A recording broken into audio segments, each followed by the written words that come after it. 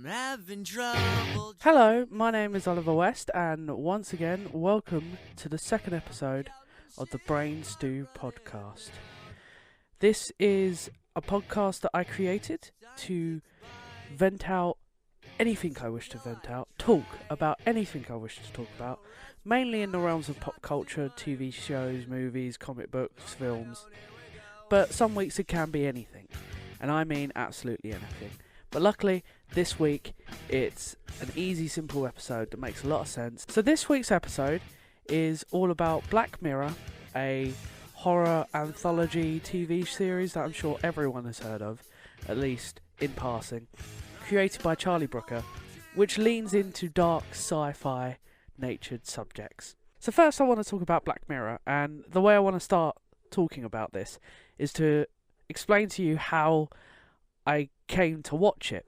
See, the problem when I consume media and consume especially TV shows and films is that I never seem to watch them at the time that they are popular or the time that they become the most relevant, because I like to have a gap between the public consensus of this is amazing or this is rubbish to when I actually watch it. I want to be completely and totally biased when I watch it.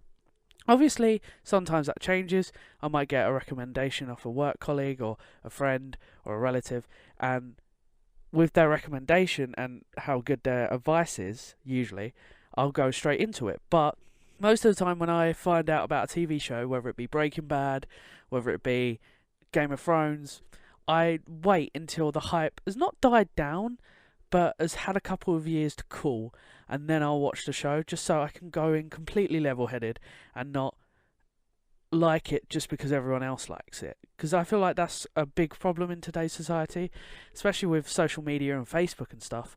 People will watch TV shows and films and just almost force themselves to like it just because everyone else does. But that's not how it works for me. I like to have my own taste, and one of the things I like about this podcast is that there's no labels required. There's no target audience. There's nothing you have to be or have to be into to listen to these episodes. I just talk about the things I like to watch. If you like them, you can listen to it and agree with me and have some fun. If you don't, maybe you can see the opposing side. Or if you're not sure whether you'll like the show, hopefully my explanations will help you and guide you to whether this sort of thing would be for you. Now, I've kind of been on the edge of watching Black Mirror for a lot of years because, yeah, a lot of people talk about it, and a lot of my friends have spoken about it, and work colleagues have said that it's very, very good, and I should watch it, and I'd like it.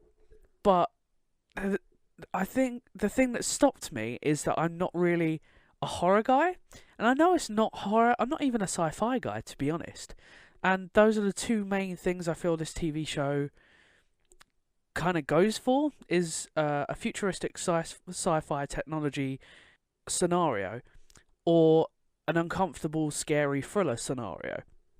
And that's not ultimately what I would go for first. But with hearing that it was created by Charlie Brooker, who created Scream Wipe and is a comedian I've seen interviewed and on loads of different TV shows, it kind of made me interested in it and it kind of made me want to see it. So I was going back and forth on it, and it wasn't until I listened to a podcast with Charlie Brooker on. It was more about him than it was the TV show, but it kind of made me feel more comfortable that it would be more Charlie Brooker and what I like about Charlie Brooker in this kind of sci-fi thrillery world. And that's kind of what made me put on the first episode. So I watched the first episode, and if you've seen it, I forget names. I'm doing this more or less off the top of my head, so there's no script here. But the first episode is very much based around the Princess of England, the loved Princess of England, has been kidnapped, and all the kidnappers want is the Prime Minister of England to fuck a pig. Now, if you just say that out loud, I'm even now laughing to myself and thinking that's just mad. But that is something that you can imagine people bringing up in a writer's room and being like, how about this for an idea? And just throwing it out there. And I think that's the general idea of this TV show, is that someone, and I feel as much when I was listening to the podcast by Charlie Brooker, when he was explaining how he tends to write for Black Mirror, is He just says a concept, if it's as simple as the sentence I just said, and then he writes an outline of what he wants. He gets an ending in his head, and then he writes towards that ending. And to be honest, I admire that. I think that's really, really cool. That's what I would want from this sort of show. So that was the concept of the first episode.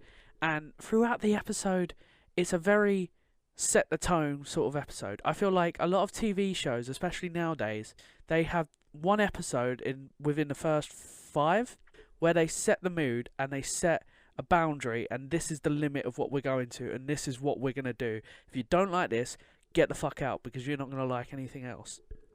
Breaking Bad did this in, I think it was either the first or second episode, where there's a dead body in a bathtub filled with acid and it just falls everywhere. If you don't like that, don't watch the rest of Breaking Bad. If you can sit through that, you will be fine throughout all of this. And I think that's what the first episode of Black Mirror is an episode to show you this is what we're about. If you don't like this, go away now, because you're not going to like the rest of it. And it's getting out all the people that don't want to watch that and can't handle that, which in a show like this I think is necessary, especially the first episode. But the problem with that is, for me, is when I watched it, it kind of stopped me watching. So I watched the first episode. It was a lot to deal with. It was the most uncomfortable I felt ever watching an hour-long TV show.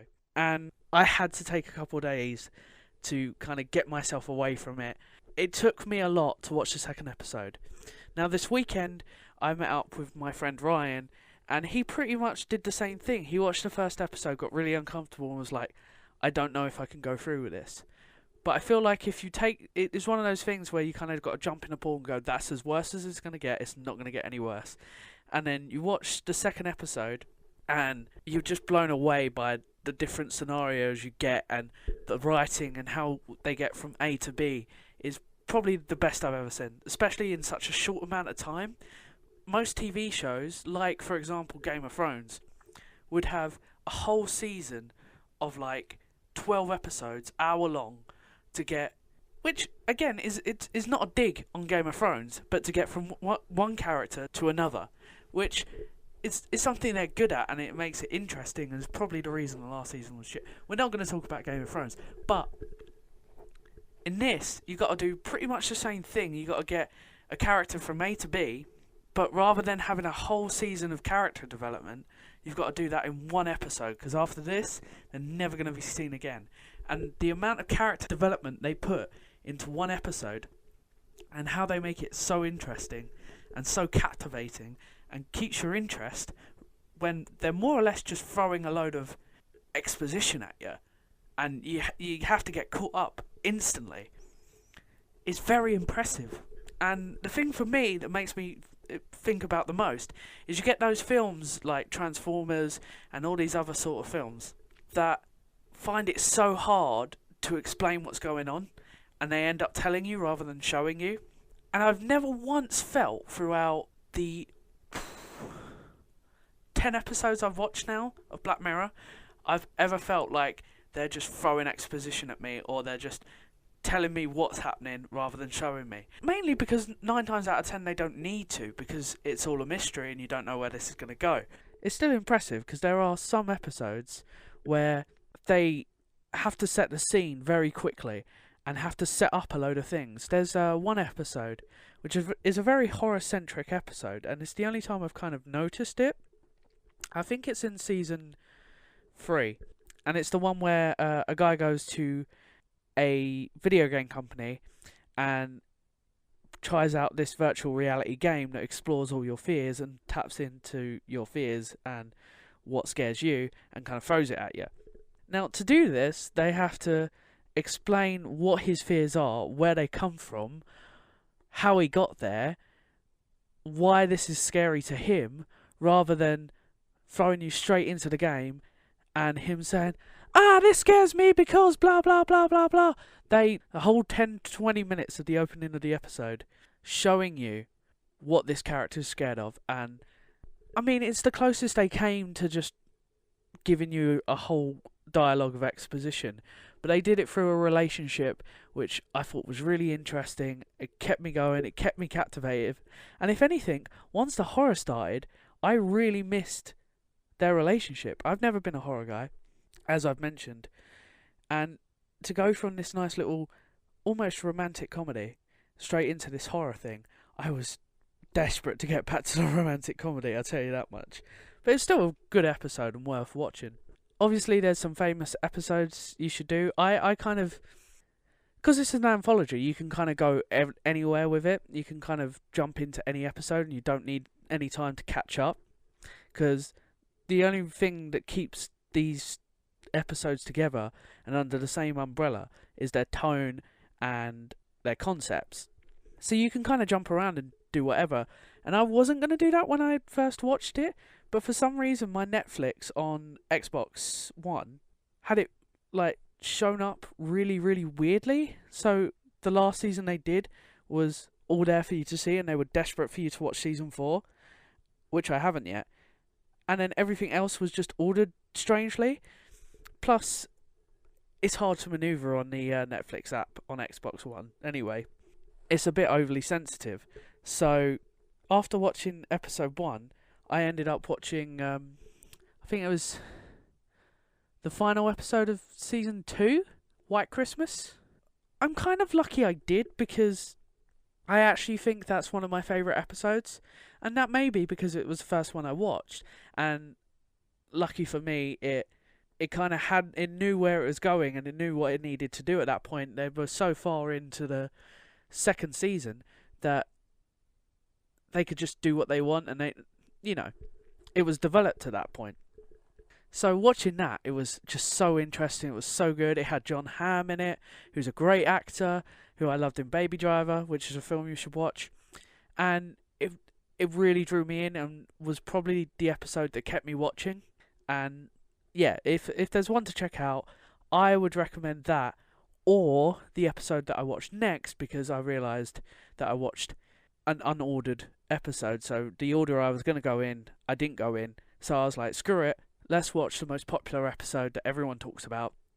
And I can't pronounce it, it's like San Junipero or whatever the hell it is. So I watched that, and everyone says that's the best one. I've never really gone into why, because I didn't want to be spoiled on anything.